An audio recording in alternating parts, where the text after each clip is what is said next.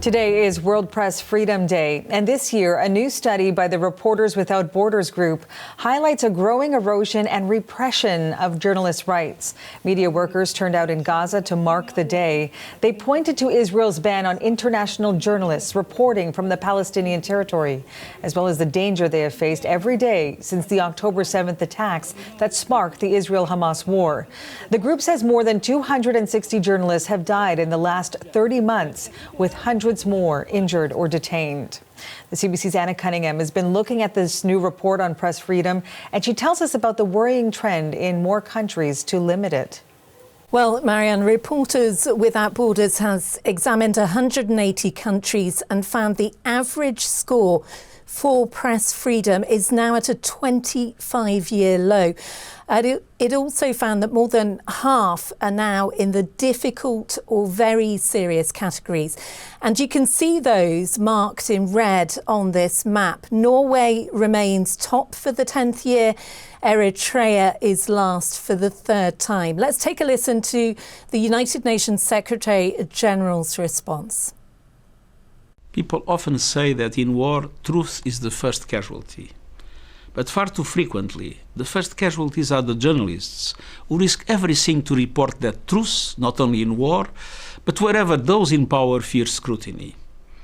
Across the globe, media workers risk censorship, surveillance, legal harassment, and even death.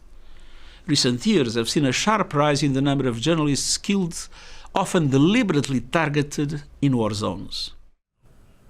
Now, Marianne, this annual global index highlights as well restrictions on journalists. And you mentioned journalists being killed in war zones. That includes in Ukraine and Gaza, where, remember, Israel does not allow foreign journalists to report. The RSF also saying journalism is now being increasingly criminalised.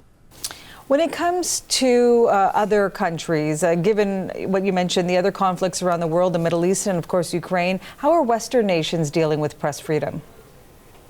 Well, Canada is currently at 20th, and that is classed as good. But if we take a look at the United States, it's actually fallen 7 places to 64th, which is said to be problematic. We know that President Donald Trump frequently uses the phrase fake news. He has also publicly berated journalists.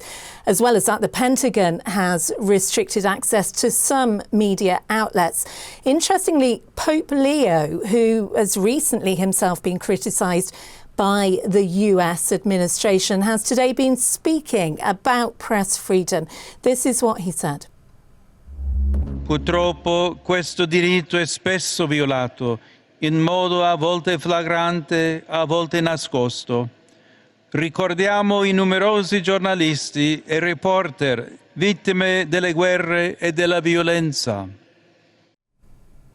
Now, Marianne, as global access to both information and misinformation expands, I think what we're seeing is this World Press Freedom Index reflecting that. Back in 2002, 20% lived in countries with good press freedom. Now it's just 1%. Marianne. The CBC's Anna Cunningham in London.